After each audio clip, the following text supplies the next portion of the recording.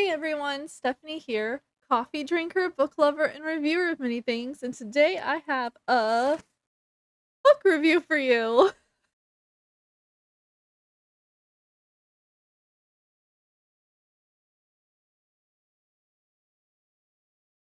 My coffee is a little cold today. It's mint chocolate chip, so it's not that bad, but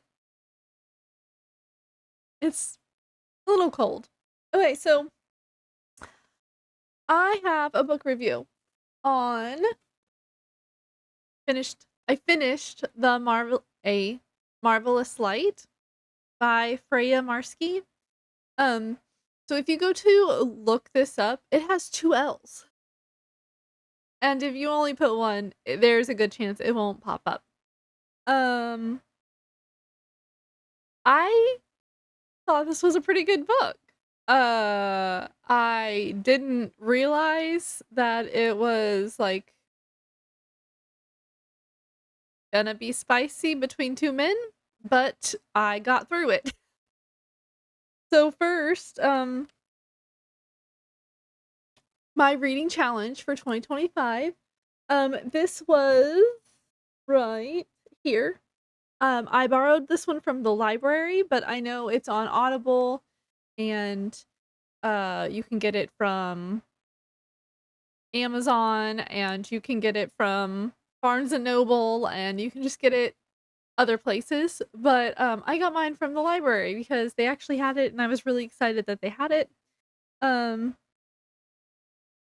Before I go into spoilers, I'm gonna read the summary and then I'm going to tell you what I wrote in my little book lovers journal. Um,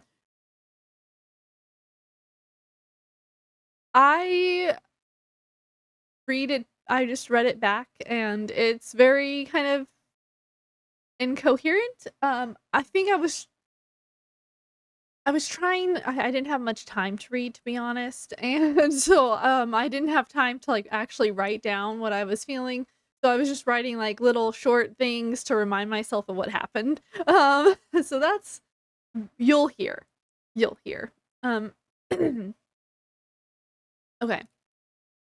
It says, "Robin Blythe has more than enough bother in his life. He is struggling to be a good older brother, a responsible employer, and the heired baronet of the seat gutted by his late parents' excesses. When an administrative mistake sees him named as the civil servant liaison to a hidden magical society, he discovers that he discovers what's been operating beneath an unextraordinary reality he's always known. Now Robin must contend with the beauty and danger of magic, an excruciatingly deadly curse, and the alarming visions of the future that come with it. Not to mention Edwin Corsair, I think is how you say it. His cold and prickly counterpart in the magical bureaucracy, who clearly wishes Robin were anyone and anywhere else. Robin's predecessor has disappeared, and the mystery of what happened to him reveals unsettling truths about the very oldest story they've been told about the land they live on and what binds it. Thrown together and facing unexpected dangers, Robin and Edwin discover a plot that threatens every magician in the British Isles. The secret a secret that more than one person has already died to keep. Um So that sounded super interesting, and I was excited that it was going to be on the list. And then I got the book from the library, and, on the front, the little blurb on the front from TJ Klune, which, like, I like their books. Sublime prose, top-notch, world building, delightfully queer. And then on the back, it says, by different people, mystery, magic, murder, long looks full of yearning. This book is confection, both marvelous and light. Alex E. Haro said that. That's sublime. Didn't we just read this? Somebody else wrote sublime also. That sublime prose, her astonishing gift for imagery, and of course, her bountiful and endless talent for writing some extremely sexy scenes. Dot dot dot. Perfect. Yes, I read dot dot dot out. Um, and so after I got this and the back talks about, the sexy scenes and sensual tensions in a library and queer kissing was perfect. I was like, "What kind of book am I gonna read?" Was like, I'm okay, so I'm not a prude, and I just don't enjoy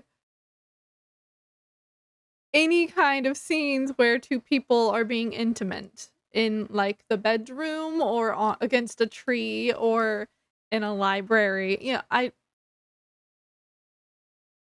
always feel like I'm just a creep, like I'm just, like, hiding behind the curtains watching the scene, and I'm like,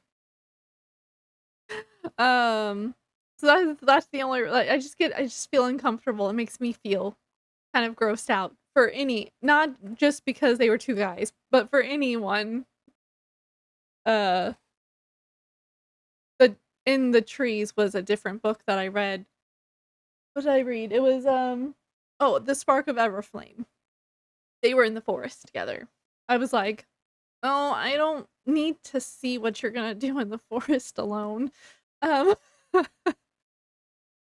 but I do have to say that, it gives you time to be like, "Oh, I'm skipping this part." If you're not one of those people who reads stuff like that at all, like, you feel their yearning before they start to initiate. Okay? Um, just so you know, just so you know. But this is not a safe book to leave around with a kid. Every time I was done reading this book, I would put it where my kid couldn't get it because she can read, and she'd probably be asking me all sorts of questions, and I'm like, "I really don't wanna answer that to a 5-year-old." Uh, alright, so now I'm gonna read you, what I wrote in my little book lovers journal. Look, I'm gonna have to get a bigger one next year so that I can write everything down, because this is not enough for all the books that I read, so I have to, like, pick and choose what I'm putting in here, and it's just hard, okay? Okay, so title, first off, I wrote more than I needed to write. Um, Before I get to the title, this one has a little, book quote. It says, "The pleasure of all reading is doubled when one lives with another who shares the same book." Catherine Mansfield. Oh. Title, A Marvellous Light. This is book 1.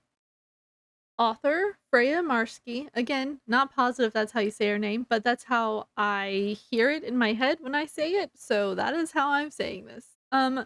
Genre, fantasy, romance, slightly historical is what I wrote. publisher. This book that I have is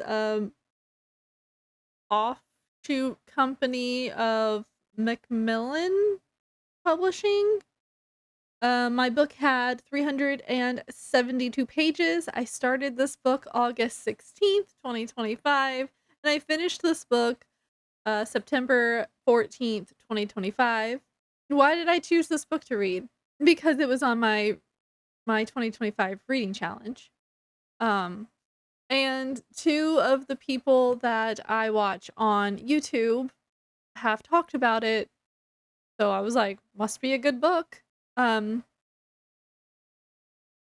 I gave this book like 3 and some almost over half of the 4th book of my books. Um, because I liked the magic in this book. I liked that it was a different form of magic than what I've read previously, and, I liked that there was 2 different types of magic in this book. I'll probably spoil that later, but we're not there yet. On Audible, this has a 4.4 stars, and on Goodreads, it has a 3.93 stars. Would I recommend this book? Yes and no.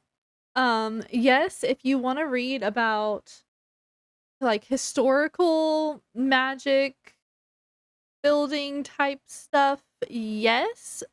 If you're not interested in spicy scenes, then no. But like I said, it is easy to be like, "Oh, they're getting too close. Let me just skip a few pages." Pages. I said that. Um, other books by this author, the rest of this trilogy. This is book 1. There's 2 other books. I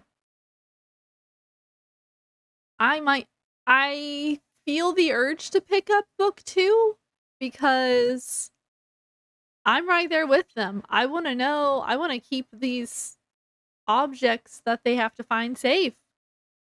Uh, she's also written Sword Crossed. Um, I don't know anything about these, so I just know that there's 2 guys on the cover and they have swords that are crossed. I was like, "Okay." Um, Cinder House. This one looks interesting. I think it's more gothic historical fantasy. And then she contributed to a book called Unnatural Order. Now on to what I reviewed slash just my gibberish. Spicy scenes. Okay. This book is kind of historical, like Edwardian. That was a question. Because I didn't read anything about the book before I really started it. Ooh, what? Magic's real? LOL. uh, I'll go through all of this when I'm done. Not sure what, not sure about this back and forth POV. I bet they end up together. Robin's being magically jumped. Can't see their faces, but punches one of them anyway. That's kind of funny. The bad guys clearly didn't do their research. Robin didn't even know about magic until today. And now they've cursed him to help them? Edwin's family are all a-holes. Except his mom. Oh. Oh. I guess they aren't his family. They're family friends. His sister's friends? Not positive. Robin is such a good guy. Poor old lady. Robin has visions? I'll explain. Oh, look at that. His sister arrived at a magical house and she doesn't know about magic. Edwin killed and brought back to life Robin to lift the curse. Edwin owns old woman's house? What? His sister's friend just showed up? Oh, now he's dead.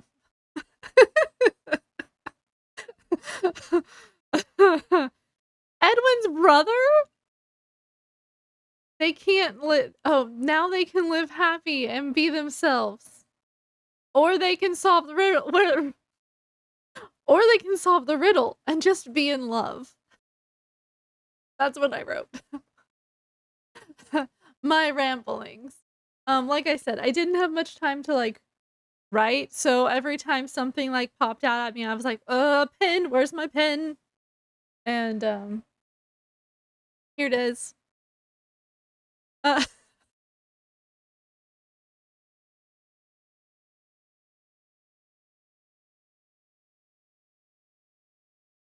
but like I said, I did enjoy this book. So in the beginning, now we're kind of in the spoilery bits. So if you don't want spoilers, you can like, comment, subscribe, and share, and come back later for a different video. If not, stick around and hear my random spoils. Try not to spoil too much of it because there's a lot in this book. For it only being 320, no, 372 pages, it packed a lot of details in. Okay. Um, if you're leaving, you can tell me you're leaving in the comments so that, or like pause and then go down and tell me, and then I'll know if I need to separate these videos out. I used to. I used to do a review video and a spoiler video, but it was a lot of work. So, okay, so when we first meet Robin, wait, let me back up. So the POV, it often jumps back and forth. Wait a minute. Did we ever meet anyone named George?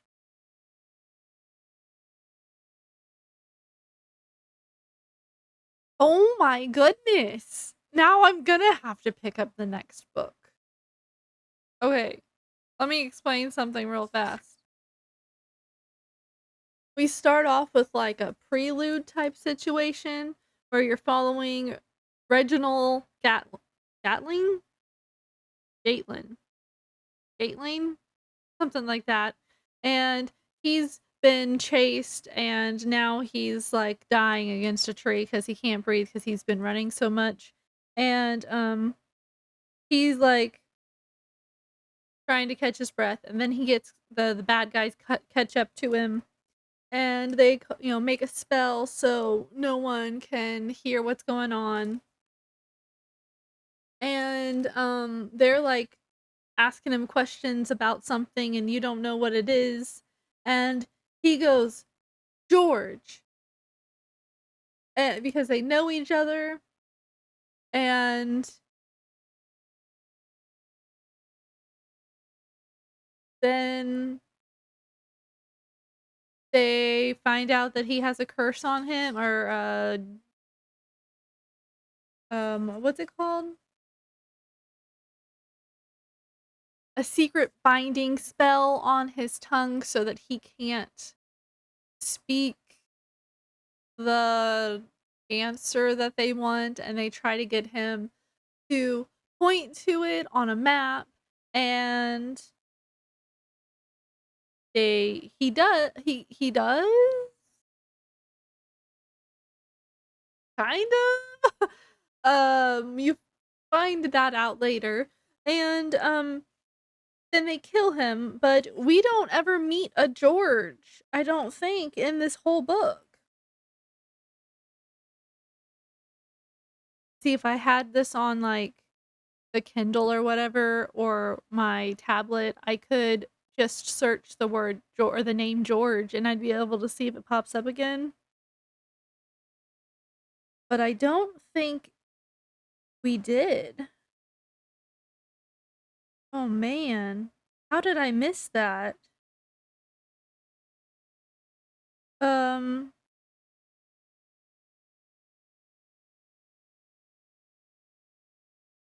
Anyway anyway, um, after that scene, you get it goes back and forth between Edwin and, Robin's POV. So Robin shows up and because he has a meeting with his new job, and he's supposed to meet he just knows he has a meeting, and so he gets there and magic is happening, and, you meet the what is she? The secretary? I know she fetches them cookies or I'm sorry, biscuits and tea because they're in London. They don't have cookies with their tea, they have biscuits. Uh, it's semantics, I know.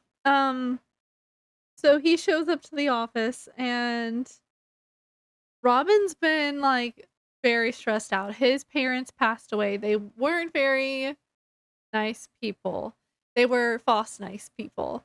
And so, like, behind everyone's like, they'd be like, "Oh, did you hear about these people?" And then behind the people they were just talking to, "Oh, did you hear about them?" Um, and it was so bad that, him and his sister had a pact to always be truthful to each other, and I think that's really sweet. You meet his sister in this. Um, but because one night she came to his room and was like, "Do you think they talk about us like that behind our backs?"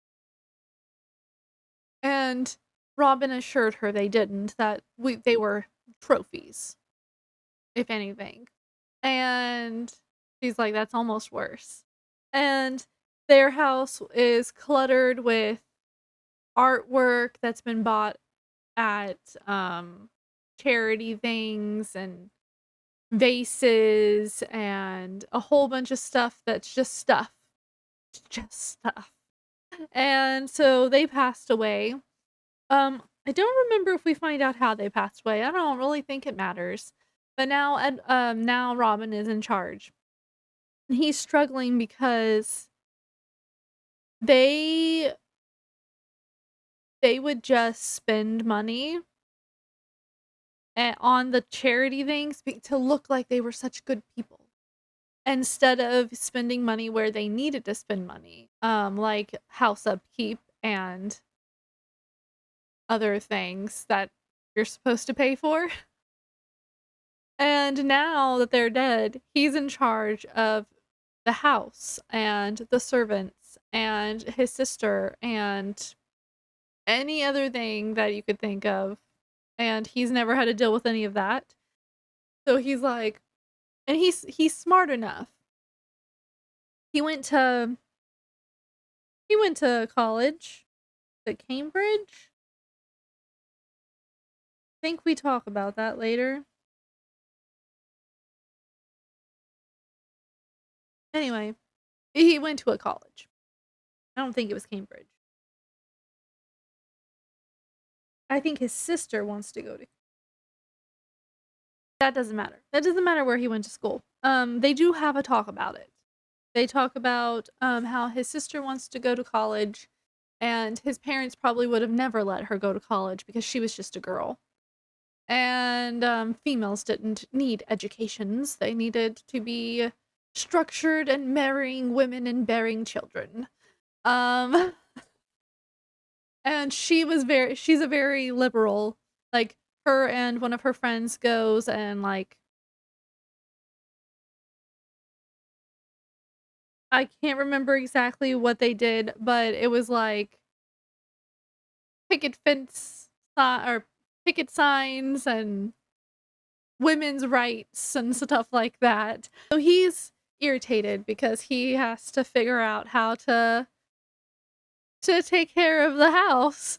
And he had just been talking with the person in charge of their estate and the money that their parents left, which was like almost nothing, and he was told he had to get a job. So, he went to get a job, and this is where they put him, and he's like, "I've never even heard of this job, so I don't know how I'm even qualified."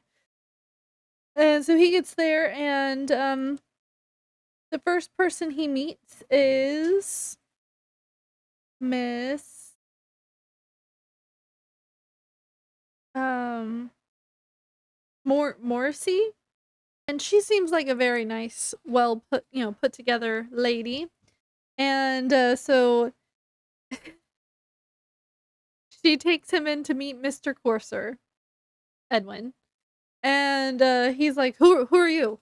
Who are you?" Like, he's like, and she's like, "This is Reggie's replacement. I told you he was coming."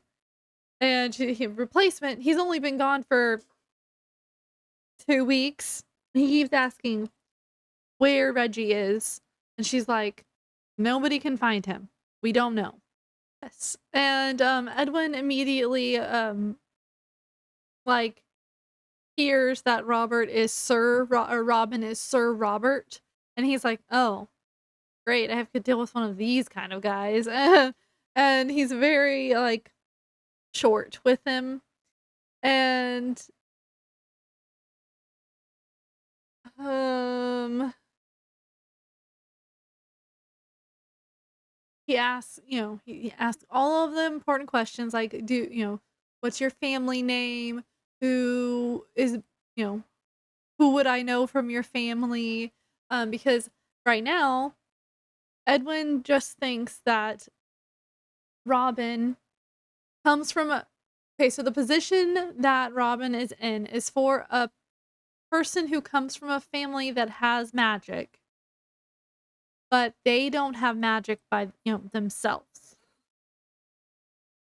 And so Edwin is like, "Okay, who would I know from your family?" And he's like, not sure." Uh, Edwin's just like, whatever, I guess it doesn't matter anyway," and, like, asks if Mrs. Morrissey will go get them some tea and biscuits, and so she goes off. So they have this moment where, Edwin's asking questions and Robin's asking questions back, and, um, Robin's like, she just said that I was gonna be the liaison." "The liaison for what?" Um, and Edwin's like, "For the minister." And he's like, "Which minister?"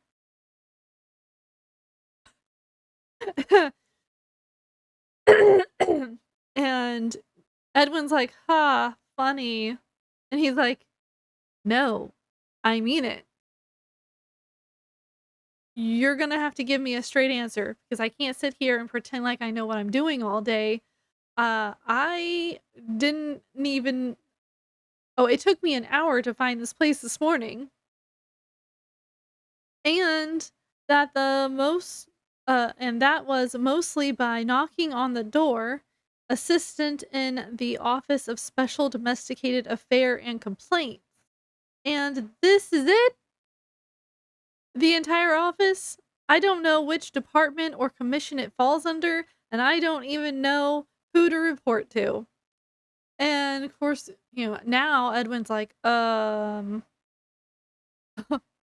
you report to me and directly to the acquisition, can't say the word, but like high up." And he goes, I what?" And there was no way that this could be right. And the fact that his brain is like, "You have your own typist. This is not a normal job. What is going on here?" And in his head, he's like trying to go through, this is a joke, right? Like, and finally, after some back and forth stuff, and Robin being like, "Is this a spy stuff?" And like all of that. And then all of a sudden, Robin sees Edwin's pen writing by itself. He's like, "Your pen." And they have this moment where finally Edwin's like, Oh, no.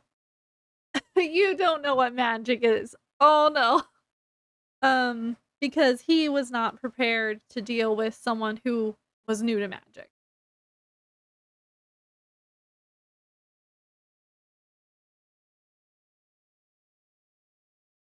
And so after, showing him a spell of his own that no one else could do or knows about, he's like, "I gotta leave." He's like, "I'm out of here."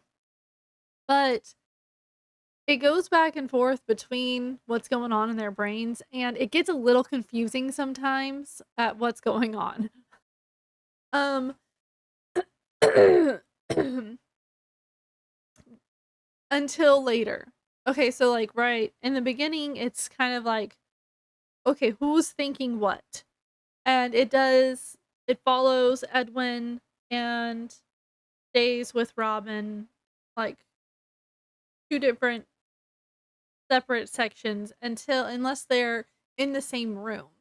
And so when Robin gets cursed, um, Edwin takes him to his home, his family home, and because they have a big library that is bound to have something to help lift the curse. And the first thing that happens is, remember, Robin is still coming to terms with magic. Um, he's as they're pulling up or as they're getting to the house, there is a girl floating in the air, and she has a bow and arrow. And he's like, "An angel. There's an angel." And everyone's like, "Yeah, that's no angel." That's my sister. And she's very good at playing games because, again, women don't have power. She has power, but she's not taught in power. So her power is weaker. Um, their women are taught the less amount as possible. Shocking.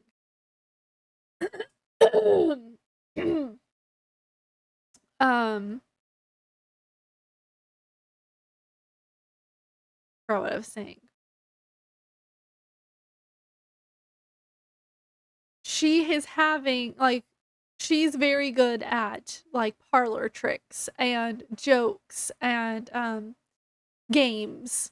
And she likes to have these parties. So there's a bunch of people at the house and Edwin was not expecting a bunch of people at the house and now he has to like protect Robin. And Robin doesn't know all of the tricks. And so as they get closer to the house, this floating angel points its arrow at Edwin and Robin like pushes him out of the way and gets shot with the arrow. And I don't we don't know what was in the arrow, but Robin gets really giddy and everything is funny and he's like telling the truth about everything. And he reaches like whenever it like the spell starts taking over, he reaches out and like touches Edwin's hair and he goes, "So apricot." And he's like, "Belle, what was in this?" She's like, "I don't know. It wasn't labeled." Um, and they explained to Robin that this was like it was a game, like if you freeze, the arrow will not hit you.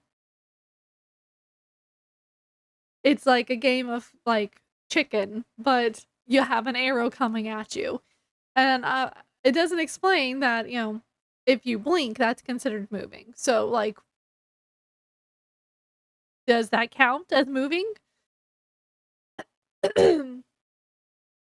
Anyway, but while Robin is under the spell, he's just randomly will burst out laughing. But inside, he's so angry because he's like, "What is going on? Like, I am supposed to be, sad and mourning. I can't be laughing." You know. and I could have been killed. They don't even know what was in it. Um, but his outer experience is just to laugh because he doesn't know these people. And so his sister is having this party, and there's a bunch of people, mostly guys, because some of the girls didn't show up or couldn't make it. And yeah. So there's a few times when after Robin's not under the spell anymore, they'll be around the family and friends, and someone will say something mean to Edwin. Like like a jab at how he's like a bookworm or he doesn't have as much power as everyone else. And or just like rude. Like I get like it's not just the nitpicky stuff that family does to each other. It's like I'm stabbing you with a poker mean. It's like the bullies at school are all in the same room ganging up on you. And there's a few times where Robin has to, is like, he doesn't like it because it reminds him of his parents and how they talked about random people. And he's like, "This it's not right. Not right." But he doesn't say anything, and occasionally he'll try to change the subject, or if someone jabs at, Edwin for not having as much power or whatever, he's like, "Yeah, but he's really good at research." Like, finding a positive side to things. And so you you start seeing inside of Robin and Edward's mind. And in Robin's mind, you start seeing Edwin when the light hits him, or when he reads something that makes him smile, or when he's holding the cat, like in a different light. Like Robin's like, I have this urge to just go over and like touch his hair or put my hand on his arm. And like, he's like, I don't even like that's the time that they live in and the area that they live in. Um, you get put in prison for it. So he's like, gotta stay reserved. I don't like guys. No. And then in Edward's mind, it's like every time Robin asks a question, he doesn't feel irritated, or when Robin makes a little like joking jab at him, he doesn't take it the way he takes it when his family does it. Not his mom. His mom doesn't make fun of him, but his siblings does. And so he's like, or when Edwin is feeling down and because something has happened, all he has to do is hear Robin be like, "Oh, that's okay. We'll get it next time," or something encouraging that Robin says. And so you see their relationship start growing. It grows really fast, by the way, because they've only known each other for like a few weeks. Also, this is set at the end of August, beginning of September, I believe. I know we are in September at the end of the book. I don't think it tells us at the beginning of the book where we are, when we are. Um, yeah, fading summer. Okay, so yeah, the last few days of summer, this book is great to read. Um, and as much as Robin likes to sit and watch Edwin read and do his research and read books, like he likes to see Edwin do magic.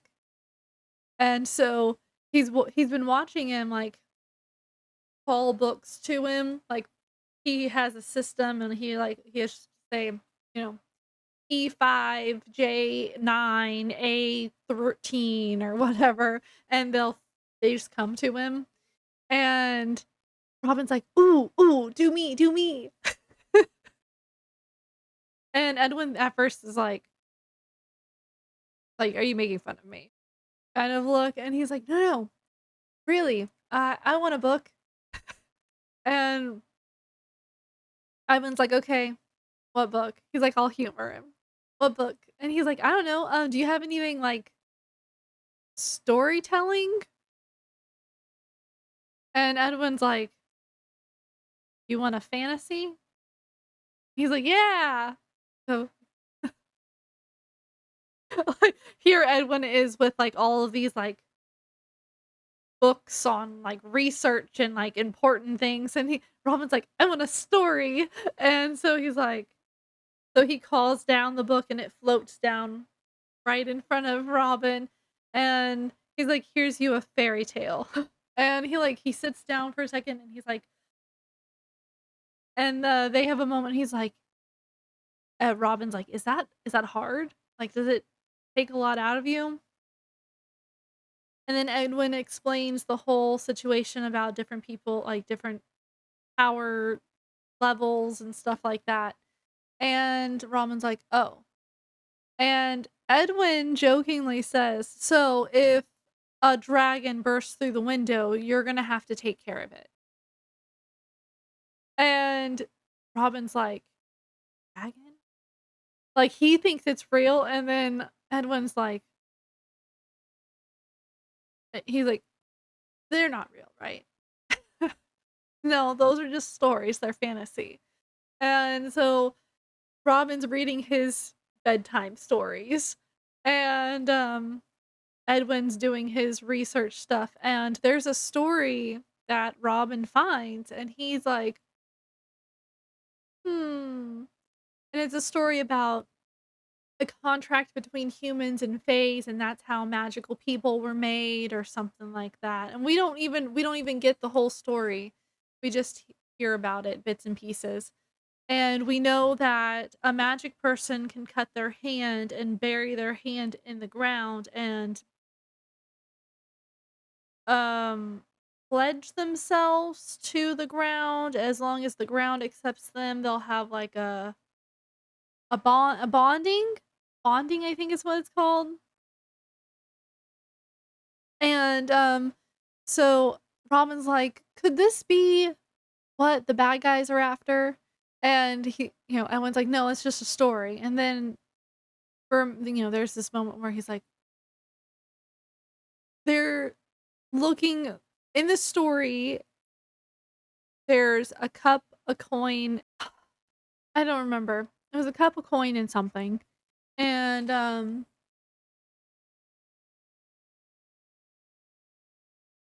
I don't even remember. Oh, but Edwin's like, no, no, it's not real.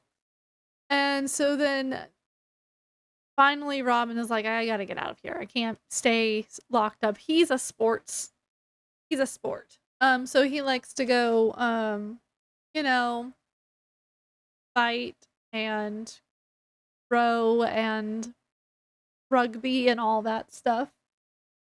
So, the rest of the house is doing this game that's in the pond where different sections of the pond has either a treat or a curse.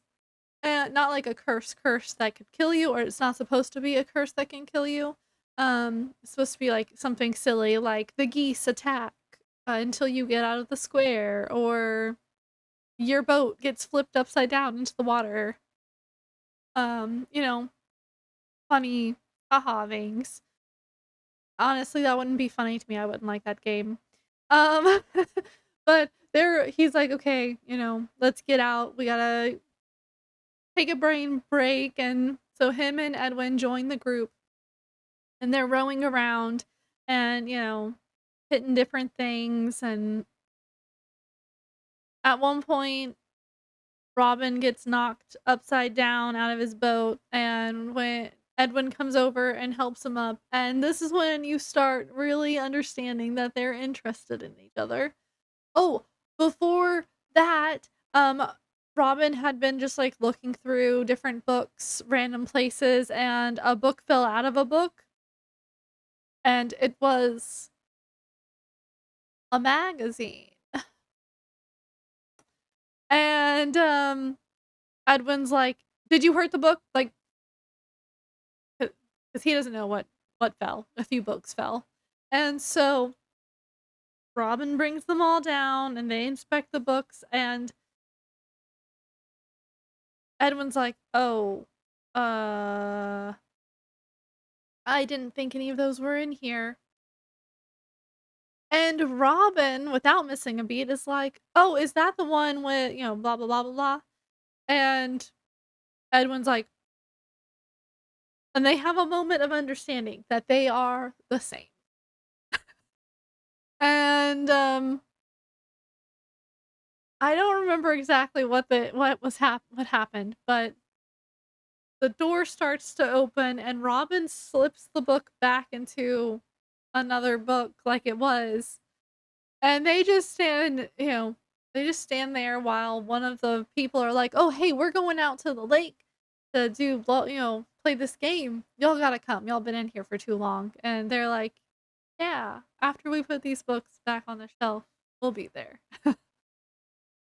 Because Robin's like, I need to stretch my legs. I need some outdoor air." And so they are walking, and when Robin gets tipped upside down, he's in his morning he still has morning clothes on. So a white shirt under a black um jacket. So he had taken his jacket off for the event, I believe is what happened. And so when he got knocked upside down, you could see his chest through his shirt. And Edwin does a spell to dry his shirt and he's like, "Ooh, oh, cool." And Edwin's like, "Yeah, so no undershirt?" And Robin's like, "I wasn't expecting to do anything strenuous while I was here." Um, and then Robin goes rowing off and he finds one that has candies and he's like, "Are these okay to eat?" He's like, and you know, it's like a handful, and they're like, "Yeah, they're fine." And he's still questioningly looking at them, and someone rolls over and takes one from him and pops it in his mouth, and he's like, "Okay." And so he rows over and he gives one to Edwin and puts one in his mouth, and he rows off to find something new, and he hits one that has the geese, or the swans, and they start attacking him, and while they're attacking him, falls into another section or falls into another curse that, like, it's called the dead man's curse, and, like, it locks his legs up so he can't kick them to swim, and so he's being attacked, and he can't swim because his body is locked up. So he's in danger for real. And Edwin's like, "Which one of you put those spells next to each other? What were you thinking?" And um his sister who helped set his sister and her husband set it up. And they're like, "No, we don't put the leg locking one out there because you have to have your legs to swim." She's like, "We would never put both of those out there together, or we wouldn't put that out there at all," or something like that. And and then Edwin starts kind of, mm, would they though? Like he starts thinking that, and Robin's like, "It's okay. Y'all saved me. I'm alive." And then he has a vision, and I was like, "Oh, a vision." um, but he plays it off as pain in his arm, um, being so bad that it made him pass out because the curse tightens and feels like it's trying to break his arm. And yeah, so later at dinner, um, they're all talking about, "Oh, well, you should, Sir Robert, you should pretend like you're on vacation since Edwin doesn't really need you to go through all the books. He can do that all by himself. You should check out the different gardens." And he said, Sutton Garden is brought up, and um, he looks over at Edwin and he goes, "Wasn't there a Sutton writing to Gatelyn? Gatlin, whatever his name was, Reggie." And he's like, "Yeah, but it's probably nothing." And his mom was like, "Wait a minute. She had the same last name before she became a Sutton. So that means they know each other." I'm just saying they knew each other before. I think they know. Nope, nope. The way this book, I can't tell you. The way the book ended,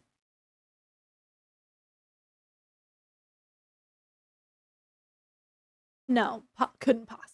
I'm gonna have to pick up the next 2 books. Dang it. Okay. Dang it. Cause I have to know now.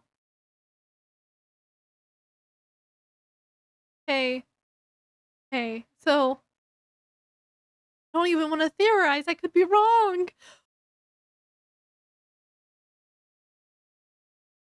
I'm gonna try to move on from this and circle back around without the camera on me.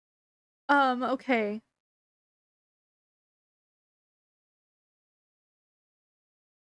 So there's a suggestion that they go and visit the Sutton cottage home, land, garden, orchard area.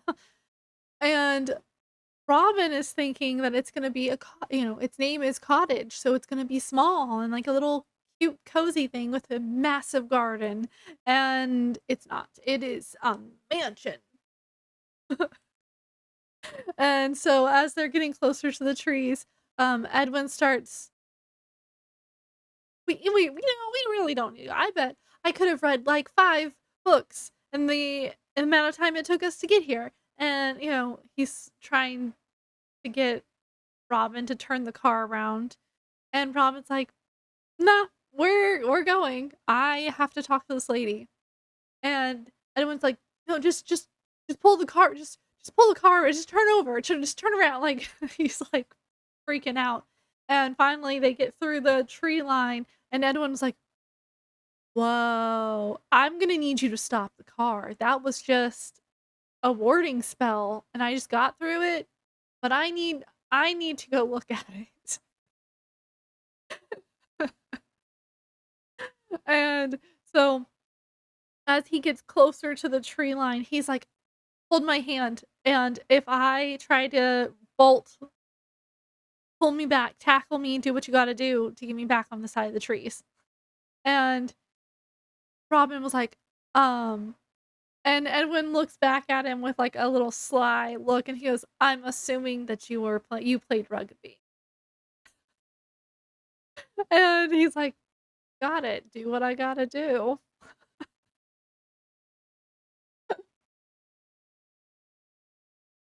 And so they're holding hands, which, both of them in their minds is like, "Mm." And, Edwin is, like, on the other side of the trees, and he's like, "I gotta get out of here, I gotta get out," and then Robin pulls him back, and he's like, "Okay." And they do that a few more times, and Edwin's like, "I really wanna study this." And Robin goes, "Or we could just go ask Miss Mrs. Sutton, and she can explain it to you." And he's like, "Or we could do that, yeah." And so they get up to the house and they tell them that they're calling and all of that, they're waiting and all that stuff. They meet with the nice old lady, Mrs. Sutton, and, you find out that Gatlin was her great, just 1 great, 2 greats, nephew. And, she's also, like, has this ability to sense power in people, and he's like, "Oh, how did you do that spell?" And she's like, "How did you get past it?" And he goes, "A car and this guy." And, so she reaches over and she touches his face and they, like, lock eyes, And she goes, "Oh, you're like me, an infinite." And he's like, "No, no, I only have, like, a teaspoon." And she's like, "Stay out of the hedge maze, okay?" And then she does the same to Robin, and she's like, "Oh, you should be okay in the maze." And so she's like, "Meet me back here in an hour for tea. Go enjoy my grounds for free, and, like I said, stay out of the hedge maze." And so they're gonna split up. Edwin's gonna do the outside of the maze, and Robin's gonna go the inside of the maze, and, someone with a blurred out face comes after Edwin and throws him into the maze, and the maze starts attacking him. And, Robin, it comes to his rescue, and Edwin is like, "Go after him!" And Robin's like, "With what magic? He just threw you in here with one arm anyway, so." And so now Edwin and Robin are fighting the maze, and I'm not gonna tell you all of what happens, but they finally get to the center of the maze, and the maze is coming in at them. And Robin is like, "You told me about binding, yes?" And he's like, "Yeah, for your own property. I don't own this." And he's like, "Well, what if you just ask for a small reprieve? Like this square right here will do." And he's like, "I need something to cut myself with." And he's like, "You're bleeding on your face. Just use that." And so he's like, um, uh, and, um, but "You've read about this. Come on, you got this. Anything." And he's like, "I, Edwin, uh, do claim this as long as you take me," you know? He's, like, stumbling over his words, but it works. It works. And they get out of the maze, and they have a nice little moment by some trees where they give in to some urges that they've been having, but not that far, like, they just kiss and lean into each other. And then they hear a scream from the house, and so they go running towards the house, and they're all cut up and a mess, and the butler, he's like, "What happened?" And he's like, "The maze, somebody threw me into the maze." And he's like, "Somebody threw you into the maze, you need to come in." And so they go in and they find out that the old lady is dead, and I was like, "Oh." And then, um, Robin notices that the old lady is holding something, and he's like, "Oh, hey, what's that she's holding?" And one of the maids or something leans down to take it to see what it is, and it shocks her. So she's like, and Edwin like, looks at her, and he's like, 'cause he's all scientific, and so he reaches down, and there's, like, a warm buzz. He's like, and about that time, the important person, the head house person that is in charge of all the maids and stuff that's been taking care of this lady forever is like, "Oh, what does this mean? Did it choose you?" And so he's holding it, and he's like,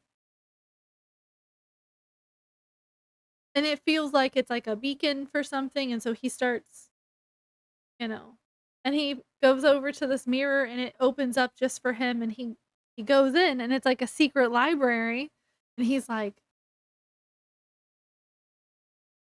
"I think this is my house now. I think I own Sutton Cottage." He's like, "Uh." So what had happened is, as she died, he did the whole blood in the ground thing, and the whole grounds was like, "Okay, we need someone new anyway." And, he's like, "Don't tell anyone." And so they end up staying the night there. They get cleaned up. They have some time in a room by themselves together, and a light flickers when they have fun. Yeah, okay. And, so now that's gonna happen every time at this house. Um, so they end up going back to his family home, and when they get there, Robin's sister is there, and he's like, "What are you doing here?" She's like, "Oh, well, this, and this, and you're, like, running from me, and you haven't given me an answer about this," and he's like, "I'm working," kind of. And, they've been showing her magic tricks. All those are, like, they've been showing her magic. And, um, he's like, "Oh, okay, and there's, like, an awkward moment, and then someone is like, "Here, have some of this lemonade, we make it with mint." And just as she's about to take a drink, Edwin's like, "No, no, it's a trick, there's no sugar in that," and excuses them away, and, then you find out that Edwin was gonna do that to Robin before things got too serious, and Robin gets very upset, and his Edwin's family just goes on and on about how they've always played these games where they bring a normal person in and show them magic and then give them the mint drink, and it makes their memories go away, and they just think that they had, like, too much to drink. And that Edwin had never participated, but they were so excited that he finally brought someone that was non-magical. And then that the non-magical person's sister showed up, so it was 2 for the price of 1, and they were so excited. And so Robin was like, "Did you really just bring me up here to be a game?" But Edwin, when his family starts belittling him, he, like, shuts down, and he doesn't respond. So Robin thinks it's true, and he's like, "We're leaving." And him and his sister go pack up their stuff, and before they leave, he finds he finds Edwin in the, library, and he's like, "Tell me to stay. I'll stay for you." He's like, I would. I will be the fool if you want me to be, but leave my sister out of it." And Edwin's like and doesn't say anything, and so Robin leaves, and they leave on very bad terms, and when Edwin gets back to London and goes to the office, he finds Miss Morsier Adelaide, okay? That's her name. Um, and she has the resignation letter from Robin, and she's like, "He left this with me and told me to give it to who needs to give it to, but I haven't turned it in yet." And, um, so Edwin tells her everything, and they get on first name basis because if I'm gonna tell you this deep, dark secret, I'm not calling you Mrs. anymore. And, she's like, "Okay," so she helps him search the office for a coin, and she keeps messing with something on her hand, and it's a ring, and he's like, "I've seen that ring before. Where'd you get it?" "Oh, Reggie gave it to me." Just as friends, like, he forgot my birthday, and, he wanted to make up for it, so he gave me this ring. "Oh, where'd he get it?" I don't know. He gave it to me after he visited his aunt's house. He said it was a he found it there, and but, you don't think he's like, "Let me take a look at that for safekeeping, and if it's nothing, I'll give it back to you." And so then he remembers seeing the same ring somewhere else. I'm not gonna tell you where because 'cause I'm already giving too much away. And, so he goes to find it, and where it was what it was in was no longer with his family. It was sent to a place to fix it, and so he goes there, and he's like, I was given he hands over the instructions. He's like, "I can look at that." And so he opens it up and he pulls the ring, the matching ring out, and he's like, "Ooh." And just about that time, one of his sister's friend walks in and loops a string around his arm. And now he can't do anything he's not told. And then he captures Edwin. And he's like, "What?" And some time has gone by. And then Adelaide shows up at Robin's house and she's like in a panic and she's like, "He never came back and I don't know what to do. And I need you to come with me because I am lower class and you are upper class and you'll get stuff done." And so he goes with her and they meet with her sister. So they go and visit her sister at the bureau, if you will. The barrel, I think is what they call it. And her name is Catherine, but she goes by Kitty, and you found out earlier in the book that the bad guy that has Edwin right now what had been sweet on this girl, and her family was like, "Oh, he doesn't have enough power. He doesn't have enough magic. So you can't marry him." And she's currently married to someone else now. So it had to have been a while ago. But he's still hurt deep inside.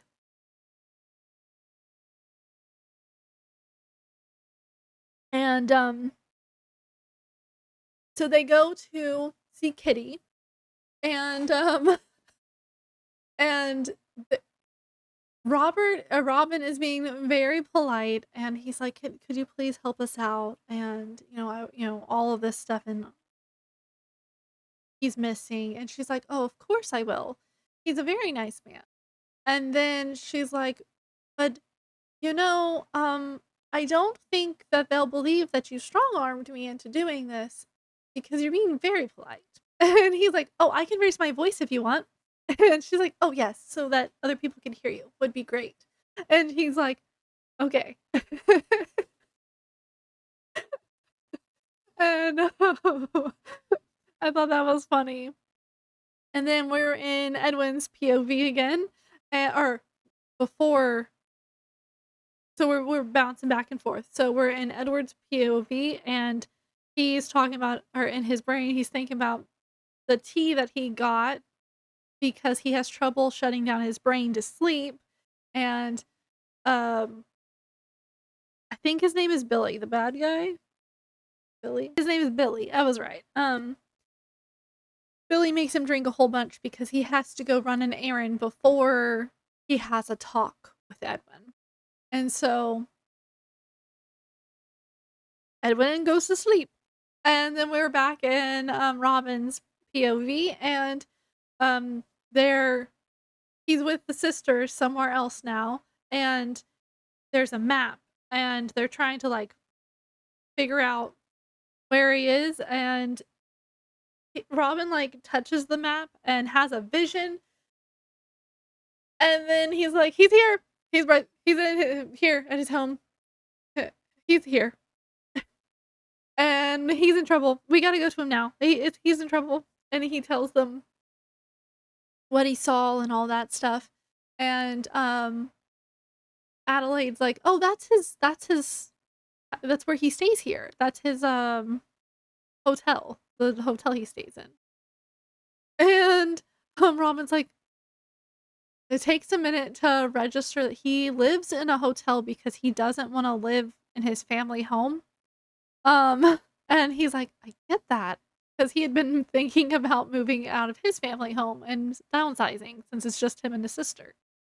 And so he's like, "Okay, he's in trouble, we gotta go there," and tells them, you know, "Billy, Billy, it's Billy," or Miss whatever Billy's last name is, and Kitty's like, "Billy?" And, they prete he's like and so we go back to Edwin's POV, and Billy's there, and he's like, "Ah, you're awake," and, he's eating all of Edwin's bread, and, so there's a whole bunch of talk about what they were looking for and, not the whole thing and all, whatever. Oh, no. They're trying to get him Billy's trying to get Edwin on their side to do some research and stuff, and Edwin's like, I'm not a killer. I don't murder people when they don't answer my questions the way I want them to." And, um, Billy's like, "Okay, well, I can't just let you walk out of here now that you know that I'm a part of this group. So we're gonna have to just do a little magic." And he starts building a spell. And Edwin is going through like he's like, "I don't wanna forget Robin," like, that he doesn't care about anything else, he's like, "I don't wanna forget Robin," and so he's, like, trying to conjure up everything in his mind, and, um, there's, like, a flash of light, kind of, because the spell there was a spell that's been, like, undone, I guess? Anyway, he hears Robin's voice, and when he opens his eyes, Robin is standing there and has punched Billy in the face. And,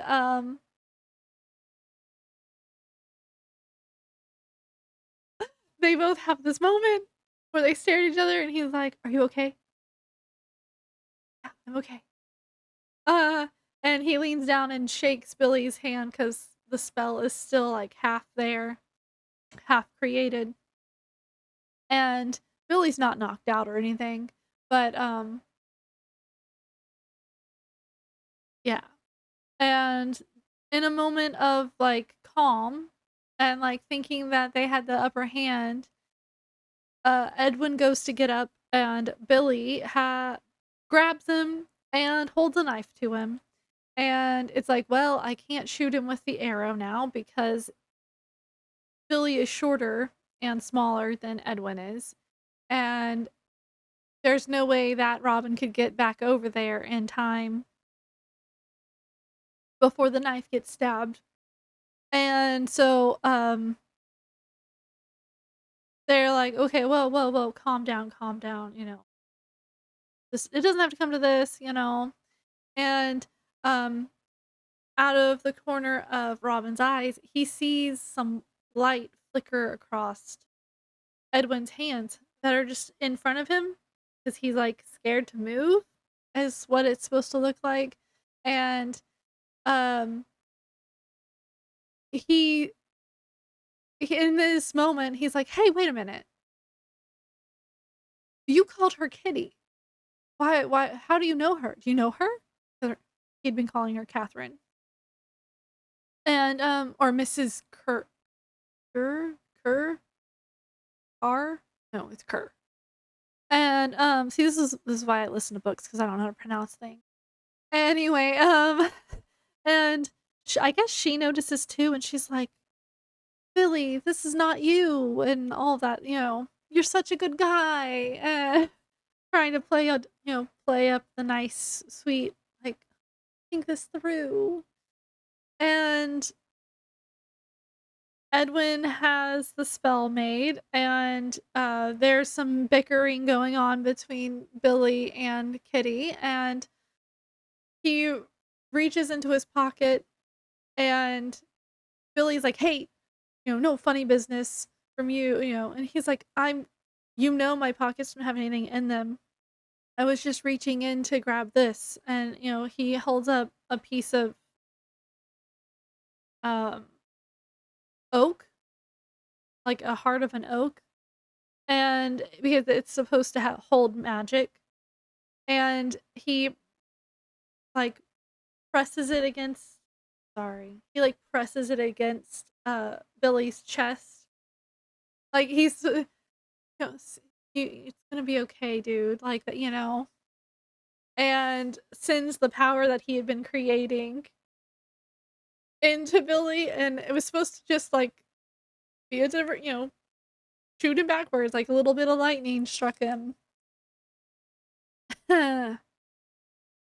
Well, maybe a little bit too powerful. And even though everyone's like, oh my gosh, because in that blast, he still could have been stabbed because the knife was like touching him. um, and so he almost falls, and Robin like catches him, and um, being the person that Kitty is, she runs over because she's like she works for like the bureau. She works for the higher ups, so she has to be like, "You don't do magic outside of school." you know, it's her job, and so she runs over and she's like, "Billy," because he's just eyes open still, and she's like, "Hmm." She checks for a pulse. He doesn't have one, and Robin realizes that he's been holding on to Edwin, and he starts to let go, and Edwin's like, "Don't let go." I'm like, "No, I'm not ready." And so he just holds him. Just holds him. He's like, "Who cares what they think?" And so some time goes by, and they start thinking of what they're gonna do because there's a dead body in his hotel room. And he's like, "Well, I mean, we could do this, or we could do this, or," and they start planning that out, and none of them have enough power to do a spell to cover them and, to do anything. Do anything. And so they were gonna come back the next day and then magically, like, hide his body so they could go and get rid of it. And so the sisters leave without even asking if Robin wants to come with them, and she does turn and she goes, "I'm expecting to have tea with both of you next week at this time on this day. Um, that is all." And she leaves, and they're having a moment, and they're gonna call up for some more blankets to cover the body. They moved it out of the middle of the way, and they're gonna call up for some food and just have some time to talk. And they have a moment of sorries, and Edwin explains how he feels around his family and all of that, and Robin's like, "Okay, you don't have to explain. I understand." And then there's a knock at the door, and the door just starts opening, and Robin's like, "Whoa, you didn't even get allowed in, like, rude." And, 'cause they have to drop hands real fast and step away from each other, and it's his brother. It's Edwin's brother, and at first, Robin is like, "Oh, we were just talking about going to my club and having, dinner together," the club. Uh, and Edwin goes, "I don't think that's why he's here." And when Robin actually looks at the man, he has the rings that were stolen from Edwin earlier by Billy. What? I was like, his brother? His brother. You serious? Um, there's some persuasion that happens of the torturous type, And then they go to Sutton Cottage, and oh, there's a truth spell put on Robin for a little bit, and there's talk of the curse that had been put on Robin in the beginning, and how it wasn't Billy, and it wasn't, Edwin's brother. It was their higher up person that we still have no idea who it is. And so we get there, and the house starts trying to protect Edwin every time. Uh, okay. So Edwin finds the part that's missing. There's a part missing. He finds it, and he's like, "Here, take it, get out. Like, just go back. You live your life, we'll live ours. You don't hurt anyone." And his brother is like, "That's not how this works. No. Um, I'm gonna have Blythe, or, Robin, be a seer for us." And Robin's like, "I don't even know how to use my powers. And I don't even know how to see the future. It just happens." And he's like, "Yes, well, whenever you have visions, you are to report here and blah blah blah." And he's like, "And if I don't?" He's like, "Well, you have that sister." And Robin's like, and he picks up a knife, and he's like, "Well, you don't have me. You touch my sister. Do it. And I'm gone." Um, him and his sister are really close.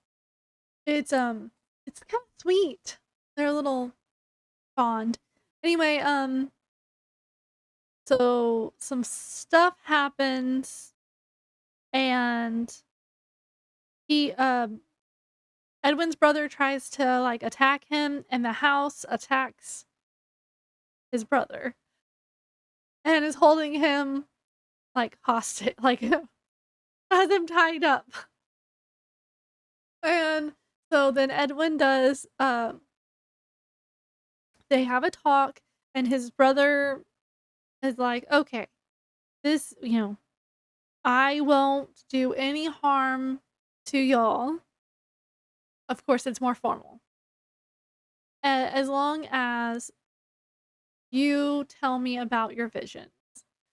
And Edwin's like, I don't believe you now, because we were gonna believe you, and then you tried to hurt me." And he's like, "Well, you have power now, and I didn't realize that you had power here." And so Edwin's like, "We'll do a spell." Well, Edwin does a blood pledge, and they all get pricked. And he's like, Edwin, here, I'll just read it. I'll just read it because it's pretty good. "I, Edwin John Corser, am overseeing this oath." And then he outlines the terms: that Walt would not cause direct or indirect harm of any kind to come to Robin or his sister Maud, Blythe, or any members of Robin's household, or Edwin himself.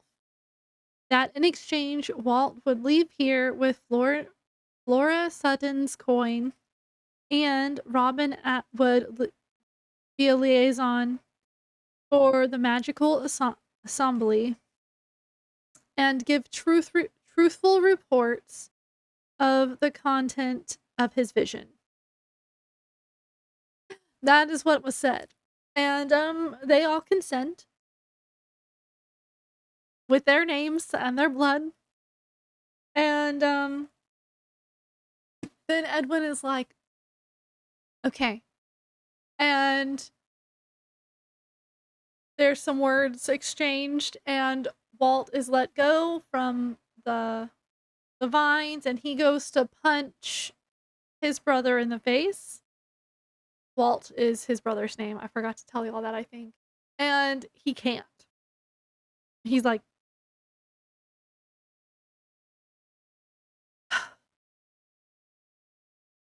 and then Edwin is like, "You always get what you want, and now you have it, so you can leave." And then he says his brother's full name and says, "This is my brother, and he is no longer welcome here on this land." And immediately his brother is like and has to leave the house because the warding spell is in full effect on him and will be until he gets off the land. Um yes. Make him suffer. Um I was so happy.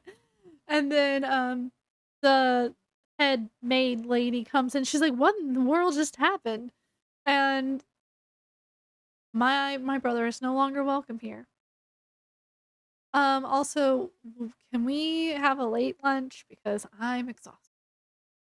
And he like falls to the floor and he feels his brother running off of the land.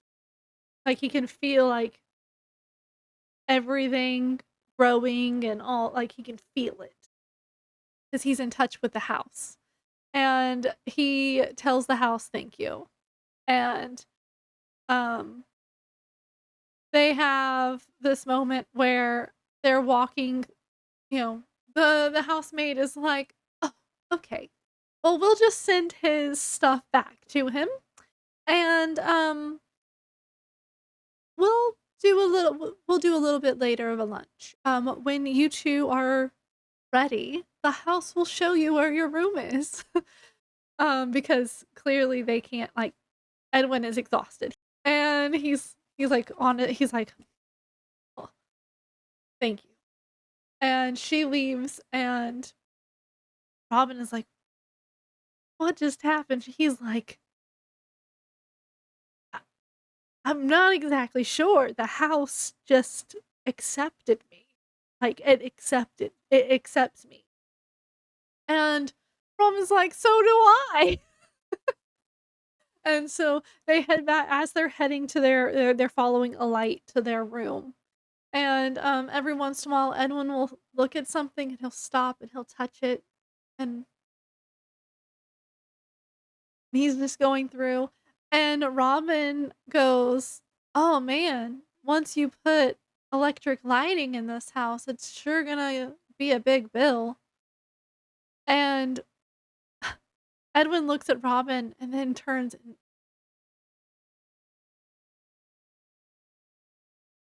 uh and they think, it's funny. He's like, "No, we won't do that. It's okay." Um and so they get to Edwin's room and um Robin was like, "That was pretty sneaky. Do you think that Walt will realize what you did?" And he goes, "I'm surprised I got it past him." And he's like, "So, when do we start getting in his way?" And, yeah, they have their moment. And that their moment is the end of the book. Except there's an epilogue, which is a little bit of the future. Um, so but when they've been together, um, Edwin never lets Robin let him enjoy it, if that makes sense. Like, everyone's like, "I don't deserve to be loved. I don't deserve pleasure." So, it's all about his pleasure. And then we bounce to the future in the epilogue, and, Robin is full in his position and, goes and tells them about his visions and, fake visions. And, I don't know how they got around it, but he's not telling them about any visions. He's just making stuff up. He's like, "I see it with my eyes, and that's a vision, right? So that's what I'm gonna go tell them." And,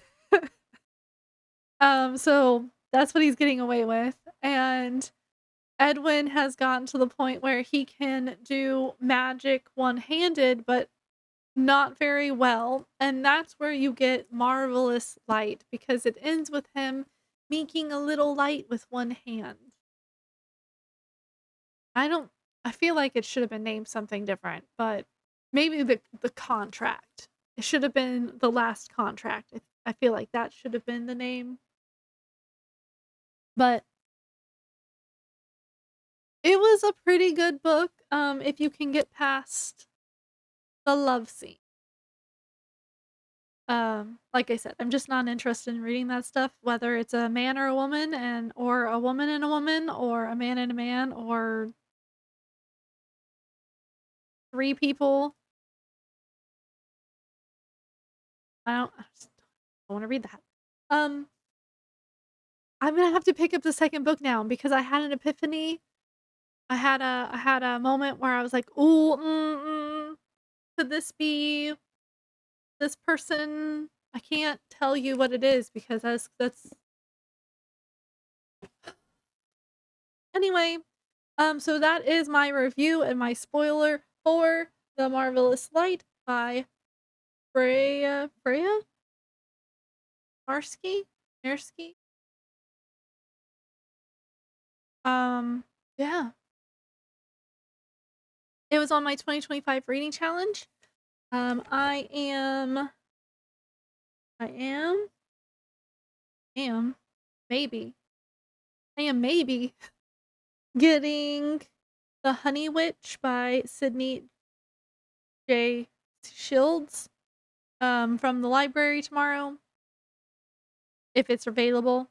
It's supposed to be on hold, and I think it's ready for me. Oh, yes. So I'm gonna be reading The Honey Witch next off of the 2025 reading challenge, and I'm gonna read some more of The House on Hound Hill, so I can get that out of the way. And then on my preteen teen reading challenge, The Girl in White is available for me to pick up, and I'm excited about reading that one too. Um, that's on my preteen teen reading challenge. Um, I'm still working on them even though I know that I'm not gonna finish them before the year's out. So, if you want these challenge lists, you can go into the description and I'll leave them for y'all there. It's gonna be a Google Doc. Um, but I'm gonna be I'm working on making lists for my 2026 reading challenges. I've got the adult one already made, and oh, I'm so excited to tell y'all about it. I just want to tell y'all now all of the books. I'm not going to. Um, Anything else I need to share? No, I don't think so. That's it. If you like this video, give me a thumbs up. If you have any comments about this book, did you like this book? Did you read this book? Should I read the second book? I have a lot of stuff to read, so I might have to hold off. Um, but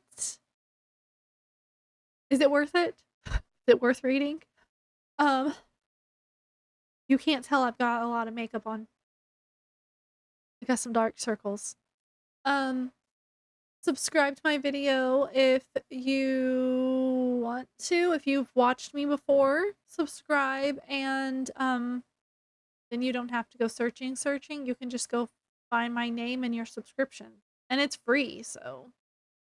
And if you're not sure if you want to subscribe, you can click on my face bubble down here and it'll take you to my channel, and then you can go check out some of my other videos. I do lots of videos on books, on books, on books, book related things, and then sometimes other activities, especially around the fall time. Um, 'cause this is my favorite time of year, and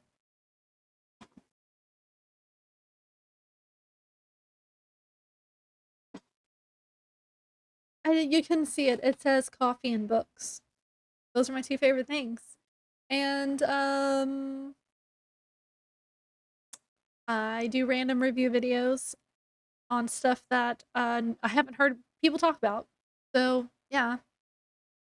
And share this video because sharing is caring, and someone else might wanna know about this book, or maybe someone else has read this book and they need someone to talk to about it so that now they can talk about it in my descriptions. Um, that's all I have to talk about. I will see you on my next video. Bye.